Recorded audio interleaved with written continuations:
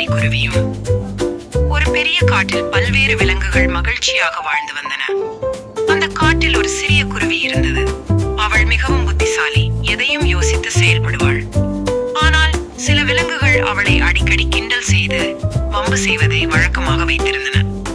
ஒரு நாள் மயில், மான், குரங்கு மற்றும் அறிவாள் முதுகன் ஆமை சேர்ந்து இந்த குருவி எப்போதும் புத்திசாலி மாதிரி பேசிக் கொண்டிருப்பாள், அவளுக்கு ஒரு சிறிய பாடம் கற்றுக் கொடுக்கலாம் என்று முடிவு செய்தனர். அவர்கள் காட்டில் உள்ள வாத்து மரத்துக்கு கீழே சென்று அந்த மரத்தில் இருக்கும் பழங்களை கூரிய முட்களால் மூடி வைத்தனர். அந்த பழங்கள் வெளியில் பார்ப்பதற்கு மிகவும் சுவையாக இருந்தன. பிறகு அவர்கள் குருவியை அழைத்து, இந்த பழங்கள் மிகவும் ருசியாக இருக்கும், நீ சாப்பிட்டு பார் என்று கூறினார்கள். குருவி அந்த பழங்களை கவனமாக பார்த்து முட்கள் இருக்கிறதை உணர்ந்தாள். அவள் சந்தேகமடைந்து இது ஏதோ குறும்பு திட்டம் என்று புரிந்து கொண்டாள். ஆனால் அவள் எந்த கோபமும் கொள்ளாமல் புத்திசாலித்தனமாக நடந்து கொள்ள முடிவு செய்தாள். அதனால் குருவி, மிக்க நன்றி, ஆனால் நான் முதலில் இந்த பழங்களை நீரால் கழுவிவிட்டு சாப்பிடுவேன் என்று கூறிவிட்டு அருகில் இருந்த ஒரு சிறிய ஓடைக்கு பறந்து சென்றாள். அங்கே ஒரு சிறிய எலி இருந்தது.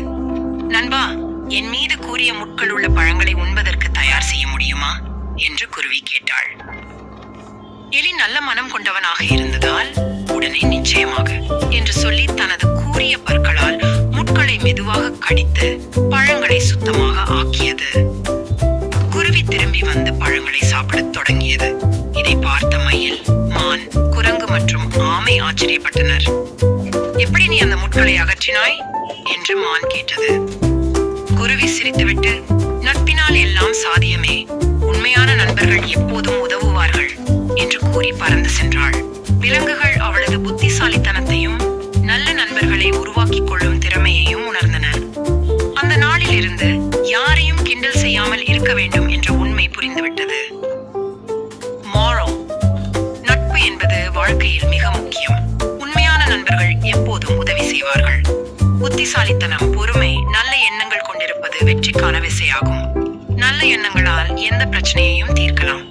ஸ்டோரி பிடிச்ச லைக் பண்ணுங்க, ஷேர் பண்ணுங்க, சப்ஸ்கிரைப் பண்ணுங்க, காமெண்ட் பண்ணுங்க.